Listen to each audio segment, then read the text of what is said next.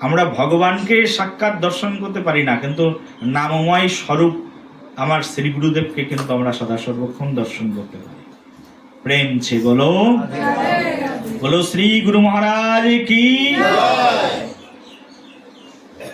সমগ্র বৃন্দাবনের রাধাকুণ্ডের হরিনামের প্রাণকে সঞ্চারিত করে রেখেছেন শ্রী গুরুদেব। যেই যায় সেই রাধাকুণ্ডে গেলে আনন্দ পায়। কোথায় বলি, একজন মানুষ এখনো কৃষ্ণ ভক্তই হয়নি, ভক্তি কাকে বলে জানে না, কিন্তু রাধাকুণ্ডে গেলেই, গুরুদেবের কাছে গেলেই আপন হয়ে যায়। আহ কি আপন, এমন আপন লোক পৃথিবীতে আর কেউ নেই। আমি শিষ্য, আমি আনন্দ পাই, আর একজন আমার গুরুদেবের শিষ্য নয়, সে আনন্দ পায় এমনটি নয়, আনন্দ পায় না এমনটি নয়। যেই গুরুদেবের কাছে যাই, যেই ভজে সেই বড়, অভক্তহীন ছাড়, কৃষ্ণ ভজনে নাই জাত কুলাদি বিচার। তুমি কোন জাতির কোন গোত্রের, গুরুদেবের কাছে এটা নাথিং ম্যাটার্স। কেউ সামনে গিয়ে বসছে আর যেই কৃষ্ণ নাম করছে, গুরুদেব তাকে গলার মালাটা পরিয়ে দেন, কৃষ্ণ নাম করলেই সন্তুষ্ট হয়ে যান। সে তার শিষ্য হতে হবে এমনটি নয়। বাইরের হাজারো মানুষ গিয়ে পড়ে থাকে আমার গুরু আশ্রমে, গিয়ে হরিনাম কীর্তন করে, একটু প্রসাদ পায়, কি আনন্দ। শ্রী গুরুদেব শ্রীরাম বৃন্দাবনের এই হরিনামের প্রাণ কেন্দ্র, হরিনামের যে আস্বাদন, হরিনামের যে অনুভব, সেই অনুভবকে জাগিয়ে রেখেছেন সমগ্র বৃন্দাবনে।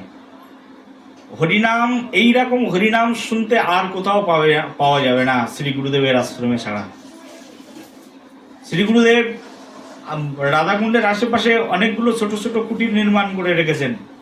সেখানে নিজের ওই শিষ্যরা যা দক্ষিণা ভিক্ষা দিয়ে আসে, ওই টাকা দিয়ে গুরুদেব যদি ইচ্ছা করতেন, তার কাছে এত টাকা এসে জমা পড়ে মাঝে মধ্যে, ইচ্ছা করলে বিশাল বড় মন্দির বানাতে পারতেন রাধাকুণ্ডের পাড়ে, কিন্তু গুরুদেব কখনো বড় মন্দির নির্মাণ করেননি।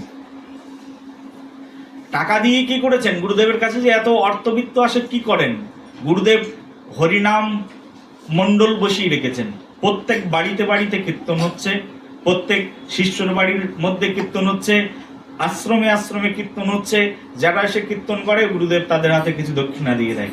তোরা বাবা কীর্তন কর, সারাদিন এসে আশ্রমের মধ্যে কীর্তন করবি, সব নিয়ম করে দেওয়া আছে।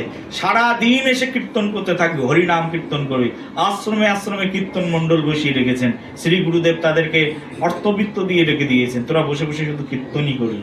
হরিনামের প্রতি প্রেম কাকে বলে?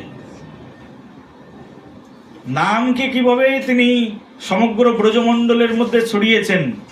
আজকে আমার গুরু ভাইরা, গুরু বোনেরা শ্রী গুরুদেবের করুণাতে এই হরিনাম পরিমণ্ডলকে আরো বৃদ্ধি করছেন। আমাদের গুরু ভাই বোনরা বিভিন্ন জায়গায় এই হরিনামের প্রচার করছেন।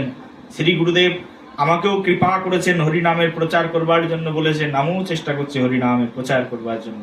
বিভিন্ন জায়গায় এরকম হরিনামের মণ্ডল বসছে, সেখানে কীর্তন হচ্ছে, মানুষ হরিনামকে আস্বাদন করছে, হরিনামকে বুঝতে পারছে। সমগ্র ভাগবত 18,000 শ্লোক সব পড়ে শেষ করে দাও। 18,000 শ্লোক, 18,000 শ্লোক পড়ে শেষ করার পরে ফাইনাল যে মন্ত্রটি, যেখানে একেবারে কনক্লুশন, সিদ্ধান্ত দেওয়া হয়েছে, সেখানে বলছে হরি নামই হচ্ছে আমাদের এই জগতের একমাত্র মঙ্গলের পরম কারণ, হচ্ছে হরিনাম ইয়াস্য, হরিনাম কীর্তন করা। সবকিছুর মূল কারণটাই হচ্ছে হরিনাম কীর্তন। সেই হরিনাম কীর্তনকে তিনি হৃদয় দিয়ে আস্বাদন করেছেন এবং শিষ্যদের মধ্যে সেই ভাবধারা সঞ্চারিত করেছেন, সব হরিনাম কীর্তনকে আস্বাদন করো।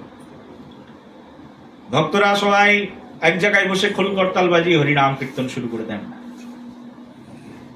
মহাপ্রভুর এটাই সিদ্ধান্ত, 10 পাঁচে মিলে নিজ দ্বারেতে বসিয়া কীর্তন করহ সবে কি হাতে তালি দিয়া।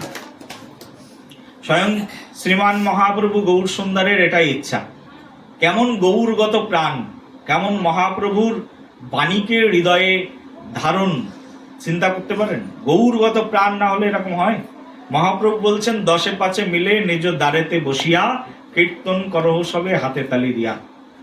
গুরুদেব সবাইকে হরিনাম কীর্তনে উদ্বুদ্ধ করেছেন, হরিনাম কীর্তনে সমগ্র ব্রজবাসীদেরকে মাতোয়ারা করে দিয়েছেন।